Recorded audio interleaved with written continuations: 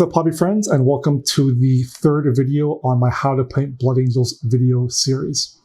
So in the Blood Angels Horus Heresy army list, there are a variety of not just power weapons, but specialist power weapons that do have very distinct profiles and stats, and I wanted a way to differentiate what each model is armed with and have it very apparent on the tabletops that both myself and my opponent know exactly what the weapons are armed with. In this video, I'm going to show you how I paint the generic blue of my basic power weapons. I have the purple, which I use for my various specialist units, so the Falling Star Spears and Equinox Blades of my Dawnbreakers, as well as the Paragon Blade on my Praetor. And then we're going to have the flame weapons for my Perdition weapons. So basically blue for generic, purple for special, and then we have the flame for the Perdition. Now for this video tutorial, I've assumed that the models are going to be primed in black, and that's because I prime all of my basic infantry in black, and I'll show you how I approach painting it on a black primer.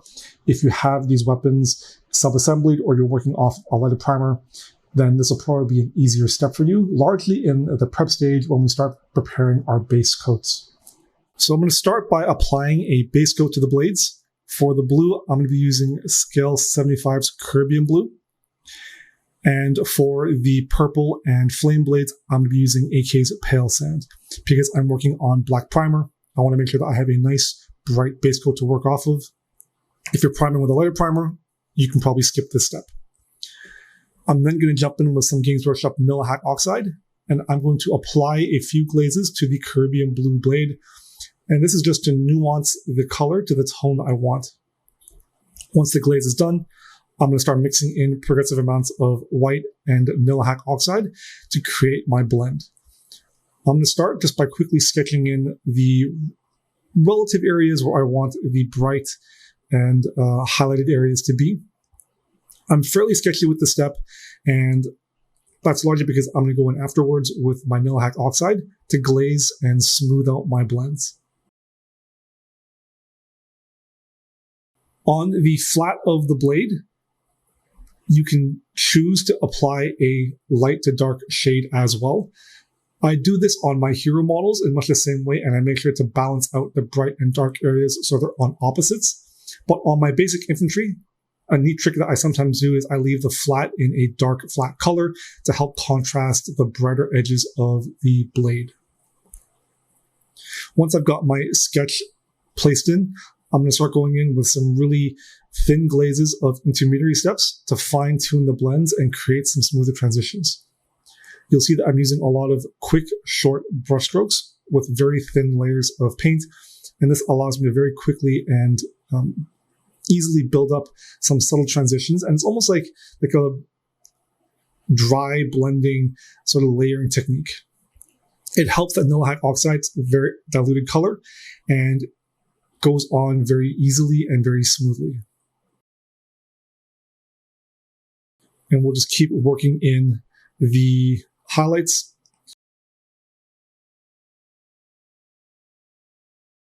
Once we've got the highlights blocked in, I'm going to go in with some Millihack Oxide and start to glaze in the smooth transitions between the shadows and the highlights.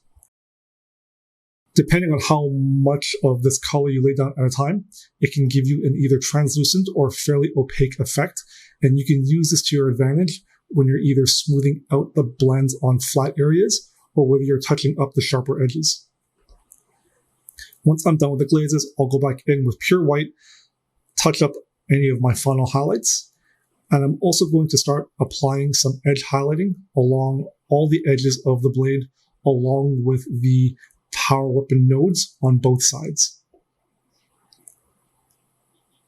You'll want to make sure that you keep your paint nice and diluted for this. You don't want the white to get too chalky. I'll also make sure to apply a highlight to the internal edge, separating the flat and angled edge of the blade.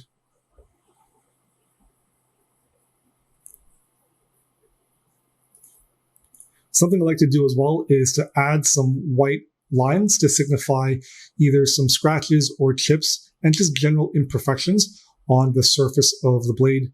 Where these cuts meet corners or edges, I'll add some white dots to get a little specular highlighting on the blade.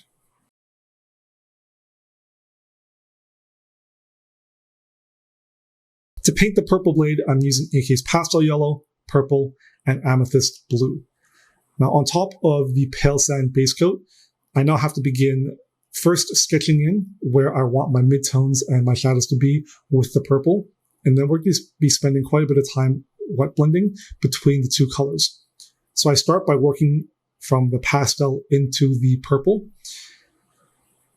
and I mix a lot of transition colors, and again using a lot of quick short brush strokes with some very thin diluted colors before pushing into the deeper shadow tones with amethyst blue, again mixing intermediary steps and using lots of quick short brush strokes to build those transitions.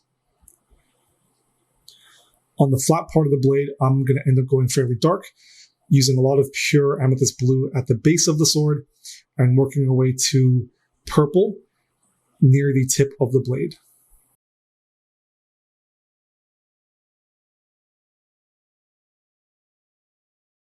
And once I have the general sketch blocked in, it's just a matter of, like with the blue blade, mixing in the transition colors and applying a lot of steps in between to build up that opaque but also smooth transition.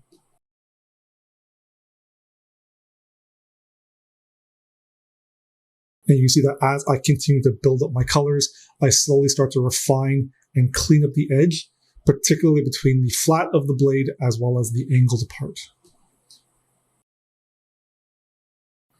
I found that purple and the pastel is a fairly finicky color mix, especially on that pale sand base coat. It does require a lot of layers.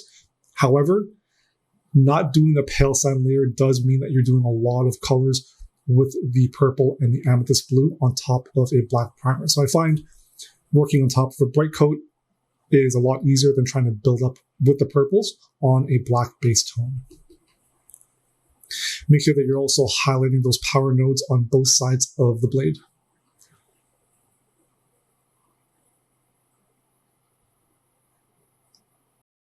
And once the blade is blended, I'm going to go in with some AK pastel yellow and white.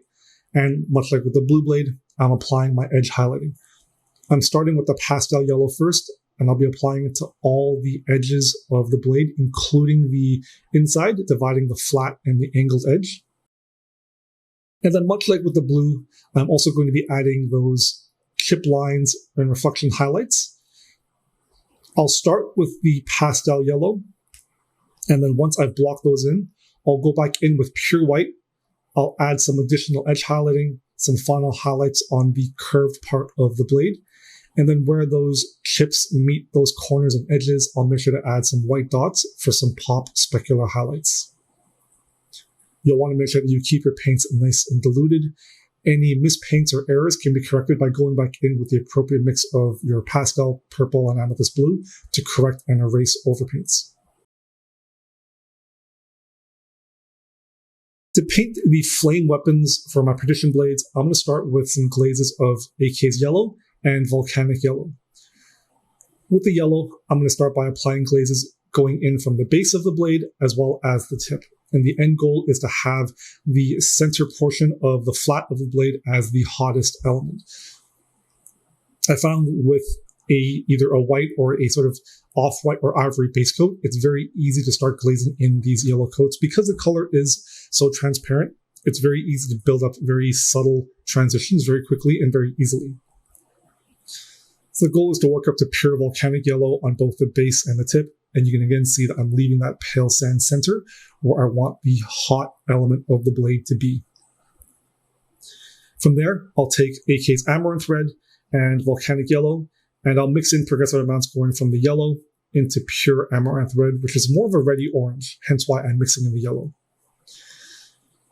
Once again, applying the glazes progressively into the base of the blade and the tip as well. As I work my way up to pure amaranth red, I'm going to start adding in some dots and chunkier elements at the tip of the blade as in the base. And I'm also going to start applying some line highlighting on the edges and the corners. And this is to signify where I'm going to have sort of these darker, cool lines where it's not quite getting the same intense heat as the flat elements of the blade will be. And you can see here that with pure amaranth red, I'm also making sure to blackline the power weapon nodes on the side of the blade.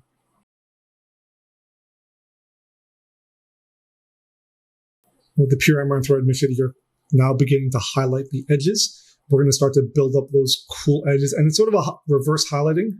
So rather than highlighting the edges and where the flat meets the beveled edge, we're going to go with a dark highlight as opposed to a bright highlight. With AK's Reddish Black, I'll continue doing the same thing. First applying glazes to darken the tip and the base of the blade, and then applying my reverse highlights to both the edges, any corners, as well as stippling to create a sort of lava effect where it's almost like parts of the blade are breaking up with the intense heat. From there, I'll go in with AK Canvas Gray, pretty much doing the exact same thing. I'm going to be blacklining the power weapon node, really deepening those deep shadows at the tip and the base of the sword. I'm really going to start picking up some individual details in terms of that lava effect, as well as creating some unevenness on the sharp edges of the blade.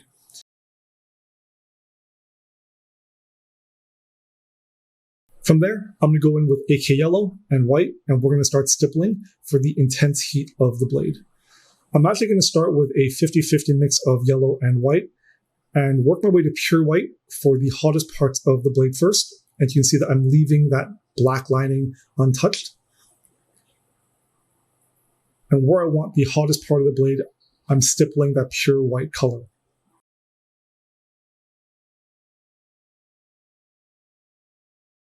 From there, I'm going to start stippling in the yellow towards the outer edges of the blade. So we're looking at the tip of the blade and the base of the sword. And this is just to continue that sort of lava sword breaking up effect on the surface.